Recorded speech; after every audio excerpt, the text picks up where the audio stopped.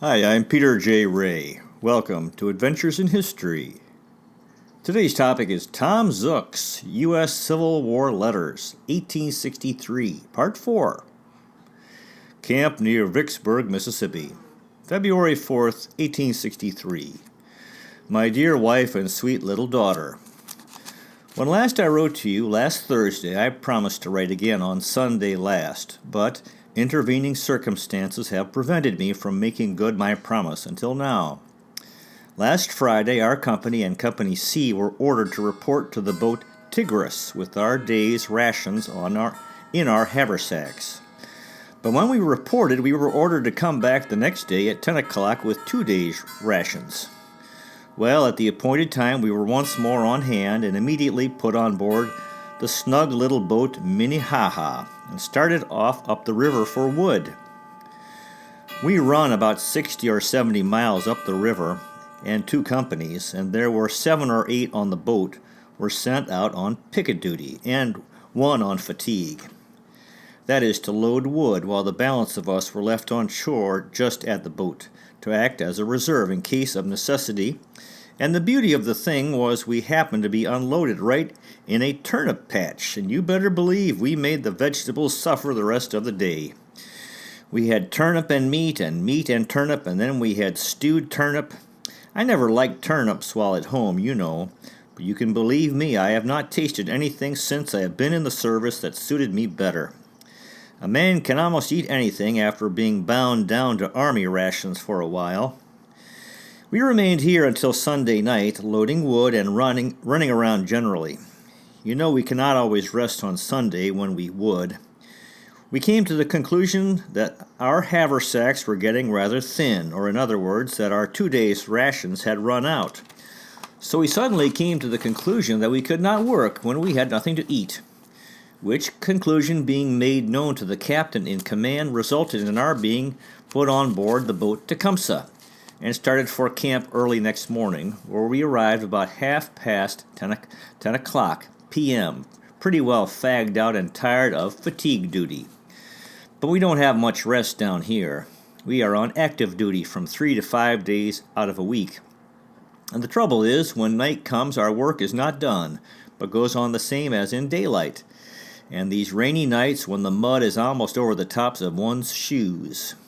It is not very pleasant to carry a musket for 2 hours in succession, but so it is, and all we do is thank God for good health while we have it, and pray for it when unwell. There is not much being done down here at present that I can see, and what they are waiting for I cannot understand.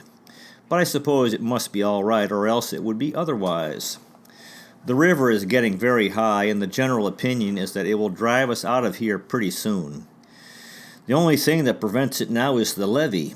It is said that the water on the other side of the levee is now considerably higher than our campground, and in some places above us as the levee is entirely gone, and they are working hard to get it rebuilt before the water reaches it. About the paymaster, we can hear every day, but so far we have not got sight of him.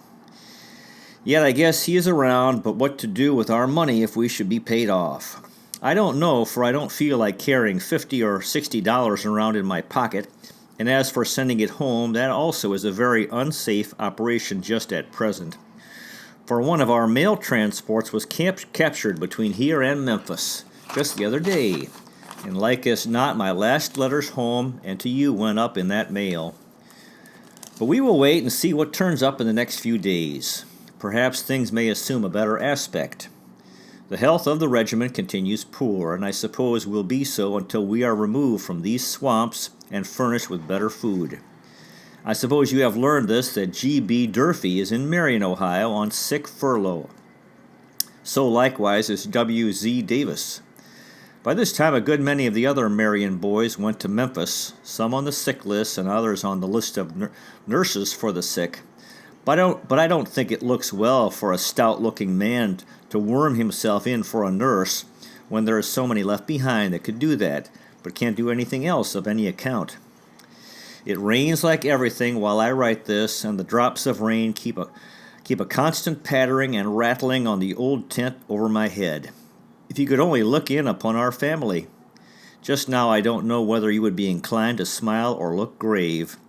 In the center of the tent there are 3 or 4 boys that have sought to keep themselves comfortable by rolling in their blankets and stretching themselves on the ground, and I guess they have succeeded, for they have ceased to talk of home and lay quiet.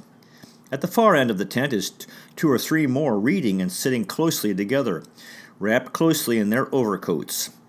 In the other end of the tent are 2 more silently trying to repair an old pair of buckskin gloves, while here at the side I sit, shivering while I try to finish this letter. But I must stop, for I am getting very cold. Don't fail to write me as often as you can. Your letters will be all the more welcome when they do come, as I expect they will all come in a bunch. I will still continue to direct to Marysville, Ohio, until I can hear from you. If you are in Zanesville, Ohio, the folks can forward this. Kiss my little girl for her pa. Pray to God for his protection on poor unworthy me. I will ever remain your own loving Tom. Don't forget to write often. Camp opposite Vicksburg, Mississippi, March 9th, 1863. Dear Anna and darling Nettie, as I have leisure this morning, I will try and improve the time by writing. Today is the day that we look for the paymaster to come. Everything is now ready for him to come. We have been mustered and inspected and have signed the payroll, and I think we will get it this time without fail. But if we do not get more than some of the regiments are getting, I'll almost as lieve he would not come at all. They have been following the plan of paying 1 month's pay and then adding pay for the odd days that occurred between the time the boys enlisted and the first of the next month. So the odd days in my time would be from the 9th of August to the 1st of September. We are looking every hour for the order to come to pull up stakes and move. We have had such orders once within the last few days, but they were countermanded before they could be carried into effect. Some say when we will go to Nashville, Tennessee, and others think we are only going up to Providence to get into the Red River by way of the canal and cut off and then down below Vicksburg, while others think the chance of getting away from here is not clearly seen yet. Some regiments are going up the river somewhere, perhaps to get on dry ground, as the river has broken away the levee on the canal that they were digging below here. My opinion is now that this Vicksburg canal is a humbug and a failure. I was down the river the other day, and the sight that one can get from the levee is grand, beyond description. For 3 miles below us it is one grand encampment, extending back almost as far as the eye can reach, and the ground here is as level as it can be. Above us the camp continues, it is said some 2 or 3 miles more. I saw General Ulysses S. Grant the other evening, walking out in company with General William Tecumseh Sherman. General Grant is a common-looking sort of man, and one that would not create a sensation in a public thoroughfare. He is about the size of your pa and dresses plainly as his rank and station will permit. We had a strange chaplain to preach for us yesterday, and he made an excellent sermon. Captain Coulter preached for us in the evening. There is nothing new that I can write you this time, as the regular routine of camp life is being passed over day after day. There is considerable sickness in the army here yet, and now, as the weather is getting warm, there is no prospect of it getting less. The trees are beginning to look green, and nature looks all alive with the springing up grass and budding of shrubs and plants. This would be a desirable place to live if it was not for the sickly seasons. But I must quit this time and write soon again. It has been a long time since I have received a letter from you, and I am getting very anxious about it. The postage stamp that I put on this will be the last one that I have. And you must not think curious if the next letter comes to you under a frank. Pray for your absent husband, and believe me, my prayers ascend daily for wife and child and friends at home. Kiss Nettie for me. Don't forget to write as soon as you get this. But I must say goodbye for this time. Your ever affectionate Tom.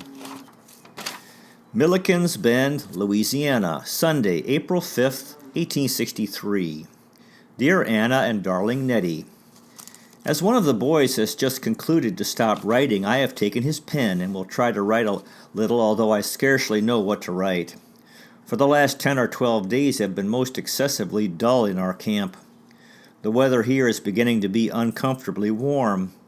But there is one thing that has appeared very curious to me as well as others, and that is while we have such hot days, the nights are uncomfortably cool. It is necessary to use 2 or 3 blankets, and then close our tent as tight as we can. We do not always sleep as warm as we would like. This comes from our close proximity to the river, for after sundown there is always a pretty stiff breeze coming from that direction. And the river here is as much as 1 and 1.5 miles in width, and so large a body most necessarily has some effect upon the atmosphere when the sun don't shine to counteract its influence. This may in part account for the ill health of the army in this region, which, by the way, is rapidly improving. And then the water we have to use is some of the worst kind. I will try and send money to you as soon as an opportunity presents itself. I received the box of fruit the other day before yesterday. I also got the letters that were put in the box with them. They have been just 4 weeks on the way and would not have come through as soon as they did, for they had not been shipped auxiliary stores for the 96th. You can appreciate why such things are so welcome to the soldier, especially when he has been a little under the weather. Maybe it would be interesting to tell you here they charge for some things in the eating line. Canned peaches put up in about 1-pint cans, $1. Potatoes 5 cents apiece and not very large at that. Dried peaches 25 cents per pound. Dried beef 30 cents per pound. Eggs 50 cents per dozen, and everything else in proportion. But Uncle Sam is giving us pretty good living just now, so we do not show ourselves to be swindled by the harpies. We have fresh bread every day and plenty of corned beef. Captain Coulter preached for us this evening, and there was the largest congregation out that I have seen since we left Covington, Kentucky.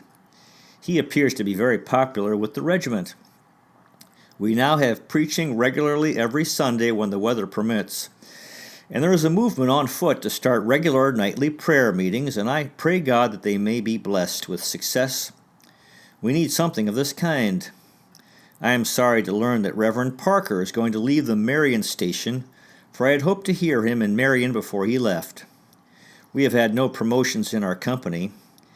John Williams is still in command of the company as lieutenant. Lieutenant Sitzenberg has resigned and gone home, so we have but 1 commanding officer. We have but 2 sergeants, the other 2 being sent up the river on the sick list. The companies throughout the whole regiment are about as badly off as us. I think I have written about matters and things here that will be of interest. I seem to think in your last letter that I'm losing some of my affection.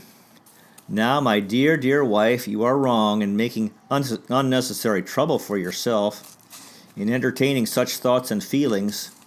God knows that I can say still in my heart, thy form I cherish. Every kind thought is for thee and my only little girl, whom I would give anything to, and have the pleasure of hearing her innocent prattle. But then you know when I write I am always surrounded by lots of vulgar fellows, who have no more manners than to peer into a fellow's private affairs. And besides, if I were to follow my inclinations and think and write of home as much as I could, it would make me homesick and unfit me for my duties as a soldier. I believe many of our boys that have died down here have brought on disease by allowing the thoughts of home and its comforts to weigh so heavily on their minds that they gave way to despair. And from the moping homesick soldier soon came the hospital patient, and then a hole in the levee and coffin soon ended the scene. But don't be frightened at this picture, for I am in good health, and have as good a prospect of retaining my health as any of the rest of the boys, God permitting. Now, dear Anna, I will try and write every day or 2. There are times when it is impossible to write, and then sometimes the mail does not go for several days, and numerous other obstacles intervening such as one might expect when in an enemy's country as we are. I will have to answer Jane's and Marie's letters soon, or they will quit writing to me. I wrote to Nelson some time ago, but have as yet received no answer. What the reason is, I cannot tell. He surely cannot have forgotten me so soon. I have written to Charlie, but have never received a letter from him since I have been in the army. He certainly could not have received my letters, as he would have answered.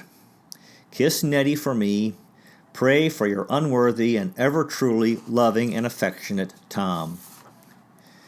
Milliken's Bend, Louisiana, April 12, 1863.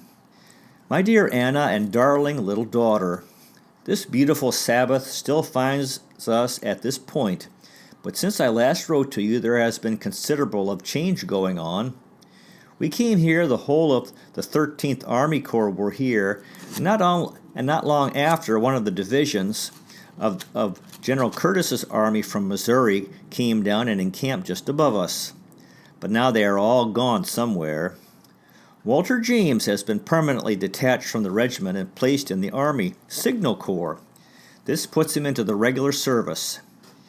He hereafter will make his home, when not on active duty, at General McClernand's headquarters. He was the last of the Marion, Ohio boys, but was either discharged, dead, or held some commissioned or non-commissioned position in the regiment. I mean boys from the town of Marion. Some have ingloriously sneaked out of the service, while others have sacrificed their all upon the altar of their country. Oh, how sad the changes that have taken place since we left Camp Delaware a few months ago.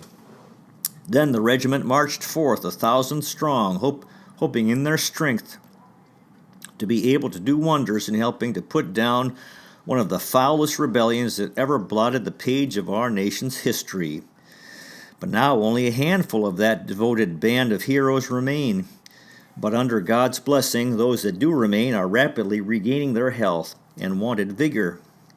The paymaster that we have been anxiously looking for the past 5 or 6 days has not yet got around.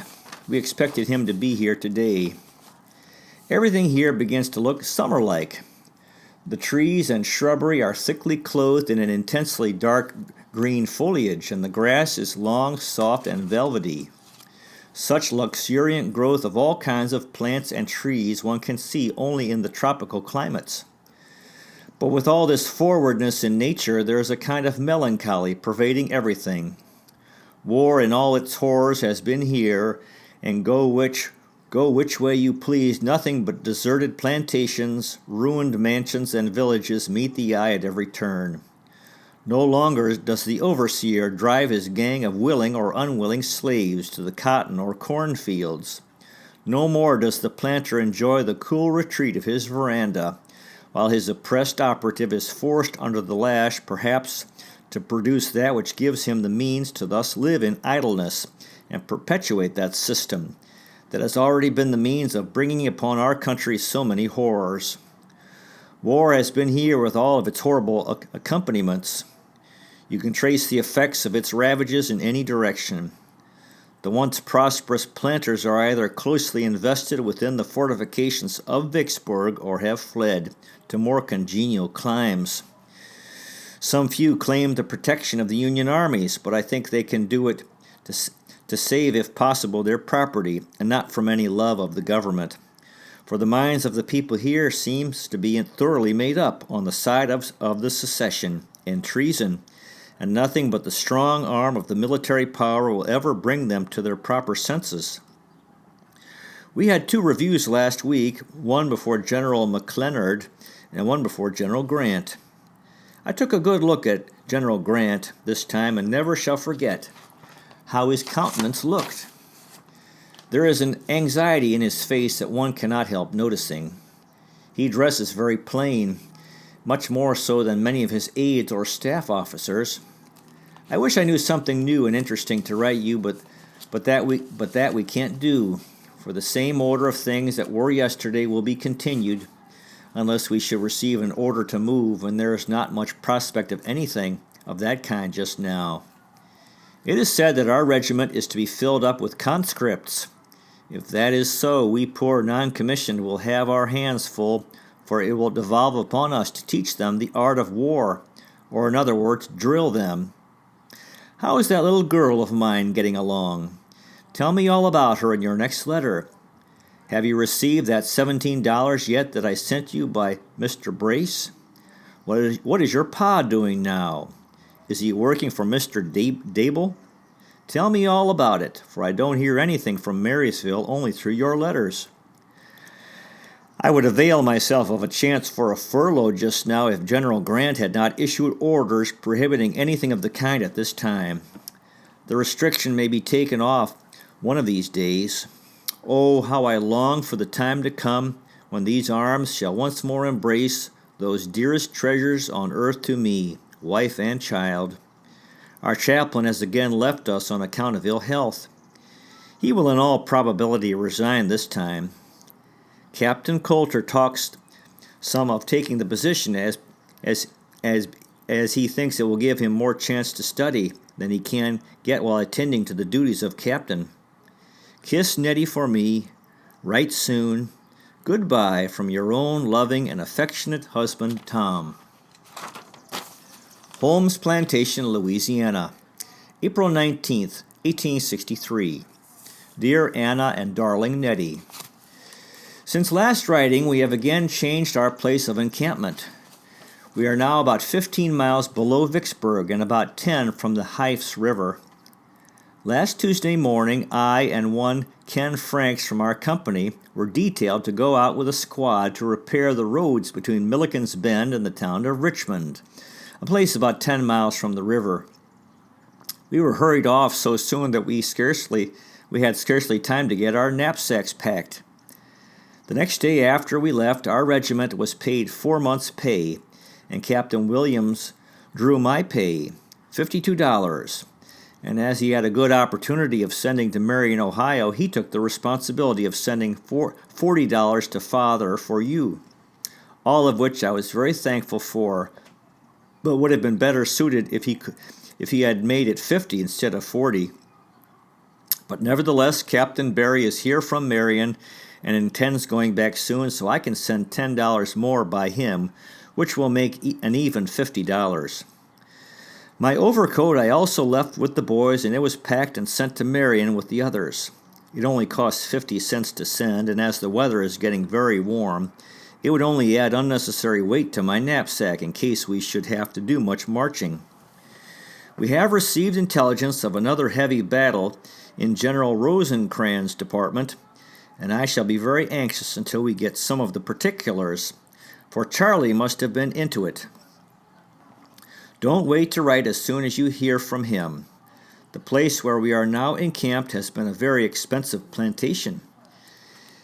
It has large and well-built Negro quarters upon it, a sawmill in the most approved style, a large cotton mill for ginning cotton, together with numerous other buildings, marking altogether quite a village.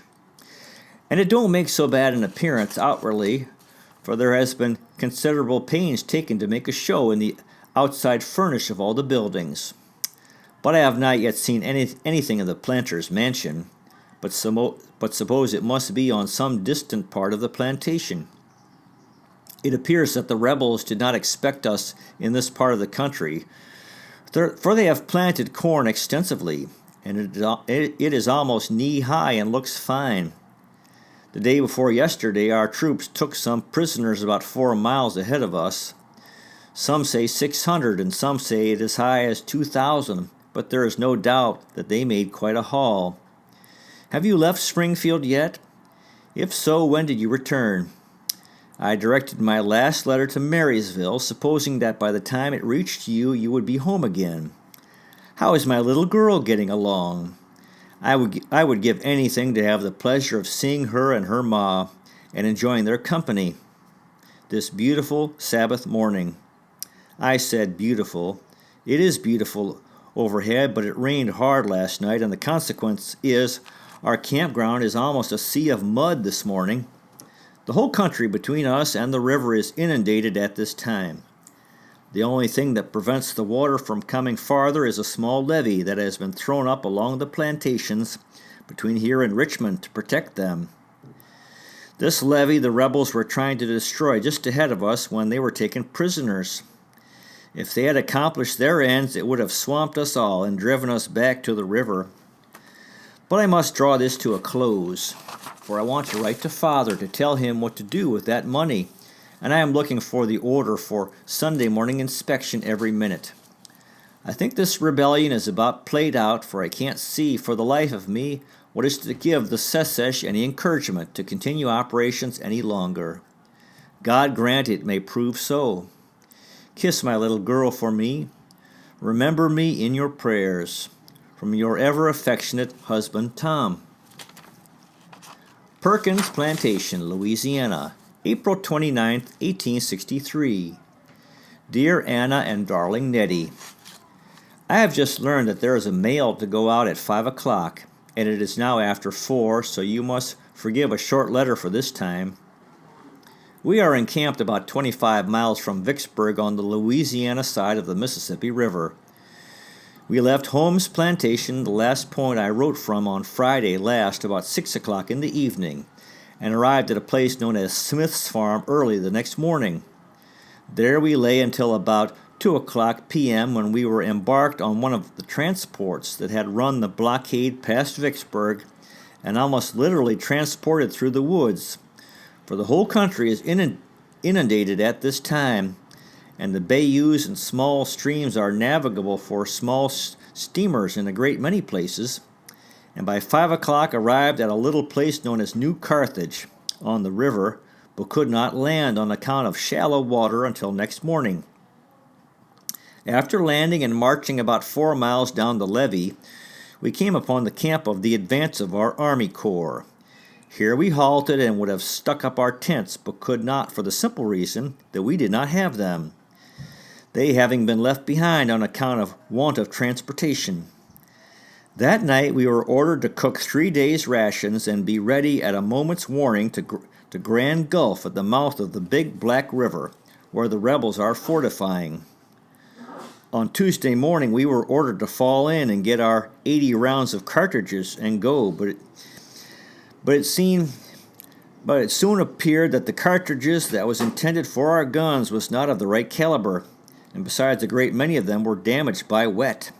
So the order was countermanded, and our regiment, along with the 60th Indiana of our brigade, were left to guard this post, and I was not very sorry, for they expect a heavy battle below.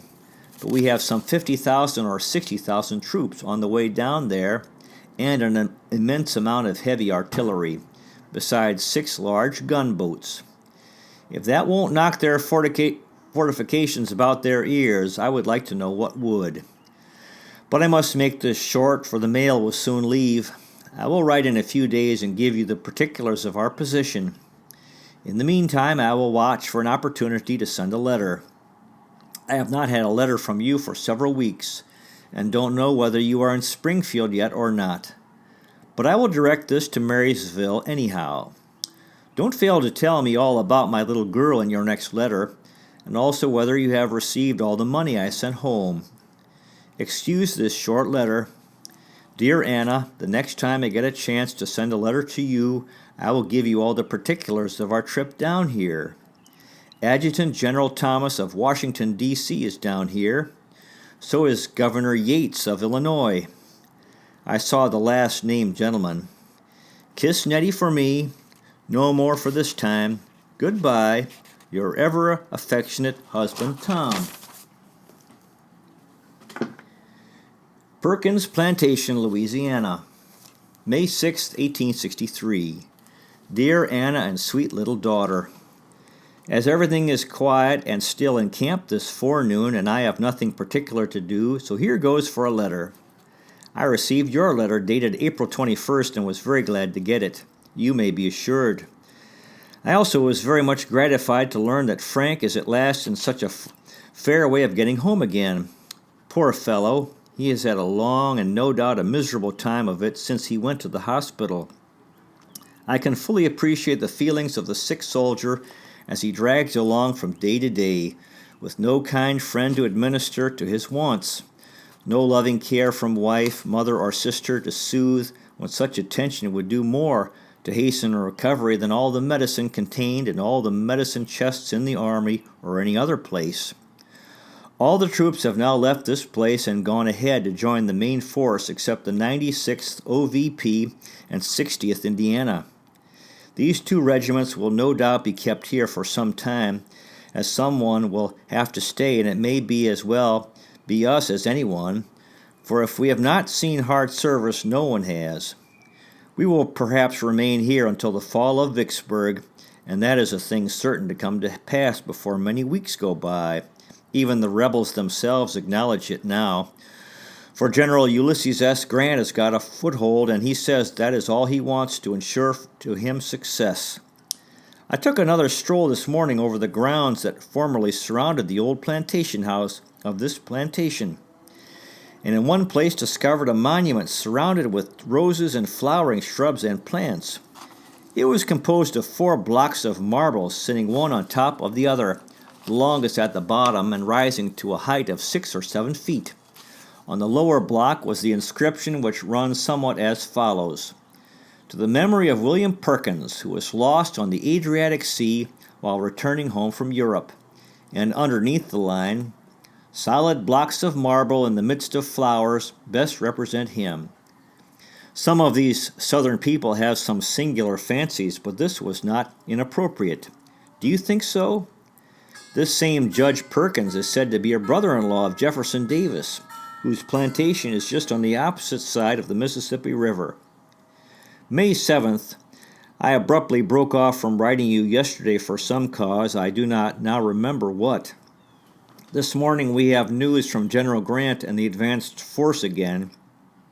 He is now within 3 miles of the Black River Bridge, the bridge that connects the railroad between Jackson and Vicksburg. The only thing that now keeps our forces from pouncing at once upon the rebels at that point is the want of provisions, of which large quantities are now being hurried forward from this point. The general opinion now is that Vicksburg must yield to the strategy of our generals. Company E of our regiment are now on their way to Camp Chase, Ohio, with a lot of rebel prisoners from the Gulf. They are under the command of Lieutenant Lefevre. Captain Coulter remained with the regiment, but I guess he would gladly have gone along too if he had known. They were going to get the chance to go clear through with the prisoners. There are prisoners coming in all the time, and some of the rest of the boys may get a chance to go with them. I had some nice blackberries for my supper last evening, and plenty more of the same kind are to be had by going a few hundred yards from our camp. Don't it seem curious, this thing of our eating blackberries in May? You asked me in your last letter not to allow myself to run into vicious habits. Now, dear Anna, as for playing cards, that is something that the boys of Company D are not guilty of, notwithstanding our companions around us, when not otherwise employed, seem to make card-playing a daily business. And as for swearing, that practice has also nearly, if not quite, disappeared from among our boys. When we left Camp Delaware, we had some terrible swearers in the company, and some of them were the youngest of the crowd. But thanks to the good example set by the officers, they have been led to abandon the vice. After the Battle of Arkansas Post, our boys seem to have a perfect horror of swearing. I don't know of anything to write that would be interesting from here. Camp life is very dull and monotonous. To be sure, troops are almost constantly passing, but then that has been a scene to us of everyday occurrence since we left Ohio, and unless there is some personal acquaintance in the passing column, it loses all its interest for us. One sinks into a kind of careless state of mind when not on active duty, and nothing but the detail for fatigue or guard duty or the more hurried order to pack up and be ready to march brings it forcibly to mind that we are at the command of our leader and soldiers in an anxious country. A man in the service soon loses that hurried, striving manner that characterizes so many young businessmen who have entered the service. They know there is always someone ahead and calmly await orders from their superiors, knowing well enough that their duty is but to obey and not to issue orders. So I argue from this that a man, to be a good soldier, must have implicit confidence in his general and superiors, and if they are true men, then all is right. But I will draw this letter to a close. My ink is miserable, and it is doubtful when I will get a chance to mail it. I would like to get a chance to come home and see my dear wife and little daughter, but I must patiently wait the events of war, and perhaps something lucky may turn up to me in the future. Tell all the folks to write to me, and I will try and return the favor. Kiss Nettie for me. Pray for my safety. Goodbye from your affectionate husband, Tom. To be continued. Well, that concludes today's presentation. Thanks so much for watching. I really appreciate it. God bless you. Take care, and I'll see you next time.